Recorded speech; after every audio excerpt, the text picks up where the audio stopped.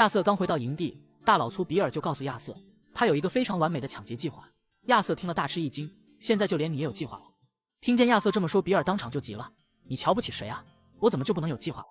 接下来凯伦向亚瑟讲起事情的由来，原来之前凯伦在瓦伦丁打探有关银行的消息，最近有了新的进展，而比尔得知这件事情以后，就天天和凯伦还有兰妮商量如何干上这一票。听凯伦说的还比较靠谱，于是亚瑟就决定和他们重返瓦伦丁。就在这个时候，斯特劳斯找到了亚瑟，他听说那个欠债人唐斯先生已经因病去世了，他就想请亚瑟有空的时候过去看一下。唐斯虽然死了，但他还有老婆和孩子，不能让他们人死债消。接下来几个人换好衣服，骑上马赶往瓦伦丁。亚瑟一直对比尔的那个完美计划很好奇，于是就让比尔讲给他听。原来比尔想让凯伦扮演一个失足的少女，或者一个醉酒的妓女，去吸引银行里面人的注意力，然后他们几个再冲进去控制住里面的人，到时候保险柜里面的钱，他们想拿多少就能拿多少。今天的比尔有点让亚瑟刮目相看，没想到他还能想出这样的好主意。很快几个人就来到了瓦伦丁的银行。行动之前，凯伦让亚瑟选择他要扮演的角色。Of course you know I like the harlot. You're the only one. You're a bunch of filthy sinners and the heartbreakers, the lot of you. Now where is he?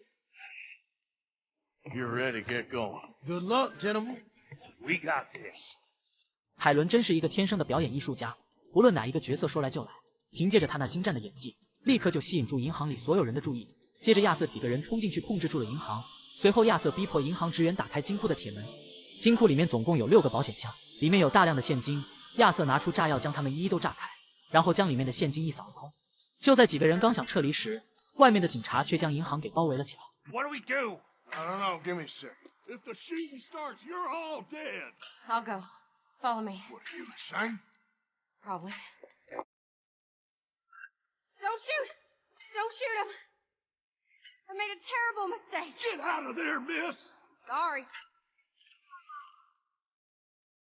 亚瑟真不愧为西部第一神枪手，在他的枪底下就从来没有一个人能活着回去。接着几个人骑上马合力突围，然而敌人却对他们紧追不舍，想要将他们全部缉拿归案。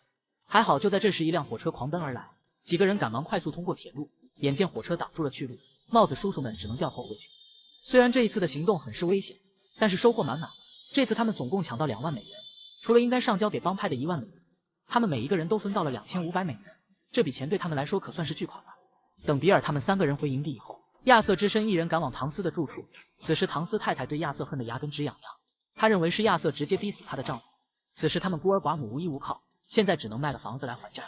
对于他们的遭遇，亚瑟虽然表示同情，但欠债还钱本来就是天经地义的事。对于这一对母子将要沦落到哪里，亚瑟并不关心。既然已经收到了钱，从此应该和他们再无瓜葛。然而亚瑟不知道的是，命运的齿轮还会让他们再相逢。救赎他们正是救赎自己至关重要的一环。刚回到营地，达奇就交给亚瑟一个重要的任务。他说特里劳尼已经失联很多天了，他让亚瑟和查尔斯一起去看看到底是怎么回事。当2个人来到特里劳尼的住处，发现屋里都是打斗的痕迹，并且地上还有大滩的血迹，于是就推测特里劳尼应该是被人给劫持了。接着2个人沿着足迹一路追踪，最后找到一个小木屋。原来特里劳尼是被赏金猎人给抓了。此时他们正准备带走特里劳尼，没想到亚瑟2人突然赶到，于是他们就丢下特里劳尼赶忙逃跑。亚瑟见特里劳尼身体没有什么问题，就起身和查尔斯一起追赶那几个赏金猎人。